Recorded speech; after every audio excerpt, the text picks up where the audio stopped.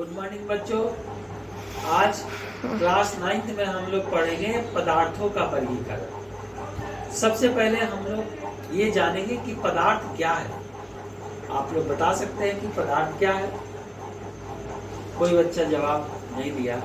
इसका मतलब कि फिर से हम रिपीट करते हैं कि पदार्थ जो है वह है जिसमें भार हो, जो स्थान छेदता, जिसका अनुभव ज्ञानेंद्रियों द्वारा करते हैं,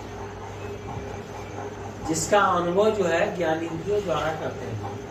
फिर से सुन लीजिए, पदार्थ जो है वह है जो स्थान छेदता, जिसमें भार हो, जिसका अनुभव हम ज्ञानेंद्रियों द्वारा करते हैं। ज्ञानेंद्रियां जैसे नाक से सूंघकर, आँख से देख कर, है ना, मुंह से टेस्ट करके, ये सब अनुभव हम लोग करते हैं, तो उसे हम लोग पदार्थ कहते हैं। तो आज हम लोग पढ़ेंगे कि पदार्थों का वर्गीकरण।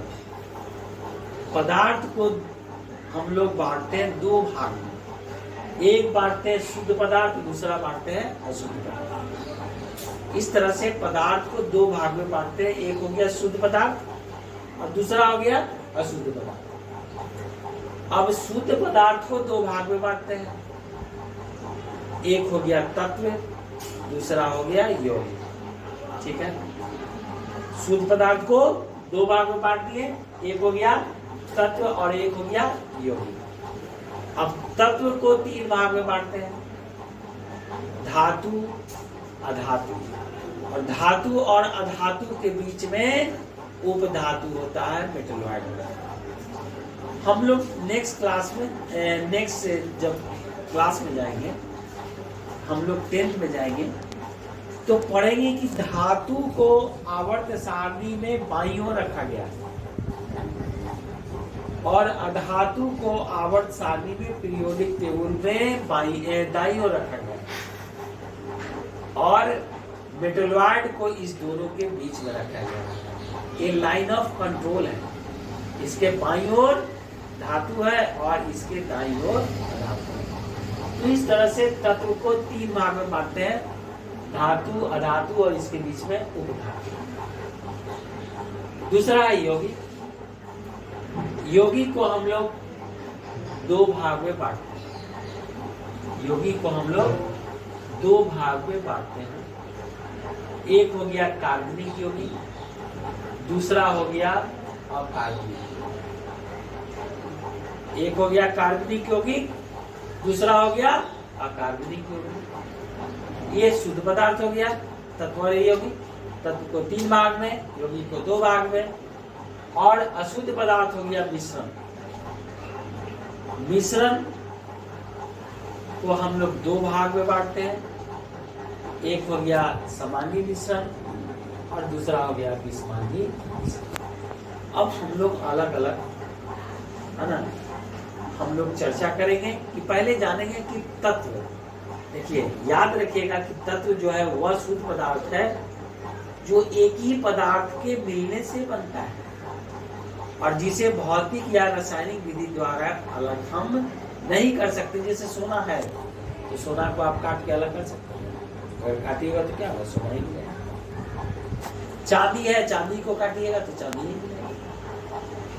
तो तत्व जो है शुद्ध पदार्थ है जो एक ही प्रकार के पदार्थों के मिलने से बनता है और जिसे भौतिक या रासायनिक विधि द्वारा अलग नहीं कर सकते। अब इसमें देखिए, अब यौगिक के बारे में देख लीजिए। यौगिक का मतलब हो गया, यौगिक की शुद्ध पदार्थ है जो दो या दो से अधिक तत्व भार के विचार से एक निश्चित अनुपात में संयोग करने से बनता है। जैसे मान लीजिए कि जल है H2O, तो H2O है तो इसमें हाइड्रोजन कितना है, 2 है। ऑक्सीजन कितना है, 1 है। तो हाइड्रोजन का 2, ऑक्सीजन का 16। अब हम लोग मिश्रण के बारे में पढ़ेंगे कि मिश्रण वह अशुद्ध पदार्थ है जो पदार्थों के किसी भी अनुपात में मिलाने से बनता है। और मिश्रण जो है दो प्रकार के होते हैं, समांगी मिश्रण और विषमांगी मिश्रण। समांगी मिश्रण का मतलब हो गया कि मिश्रण के अव्ययी कण जो होते हैं वह आपस में एक दूसरे से मिले होते हैं, मिल जाते हैं, मिक्सअप हो जाते हैं, जो कि दिखाई नहीं देते, जैसे नमक जल का मिश्रण है ना, एक दूसरे में मिल जाते हैं, है ना। और दूसरा जो है विषमांगी मिश्रण होता है, जिसमें कि इसके अव्ययी कण जो होते हैं अलग अलग अवस्था में होते हैं। जैसे बालू पानी मिला देते हैं, मिला करके उसको छोड़ देते हैं, तो छोड़ करके हम लोग क्या करते हैं भाई, तो बालू का परत नीचे जम जाता है और पानी ऊपर आ जाता है। इस तरह से हम लोग मिश्रण देखते हैं। अब हम लोग देखते हैं कि यौगिक जो होता है, यौगिक दो प्रकार के होता है, कार्बनिक यौगिक और अकार्बनिक यौगिक। जो यौगिक लिविंग थिंग से, जीवित स्रोत से मिलता है उसको कार्बनिक यौगिक कहते हैं। जो खनिज से मिलता है, जो मिनरल से मिलता है, उसको अकार्बनिक यौगिक कहते हैं। तो इस तरह से यौगिक को भी विभाजित कर देते हैं, कार्बनिक यौगिक और अकार्बनिक यौगिक। नेक्स्ट क्लास में हम लोग पढ़ेंगे धातु, अधातु और उपधातु के बारे में। Thank you.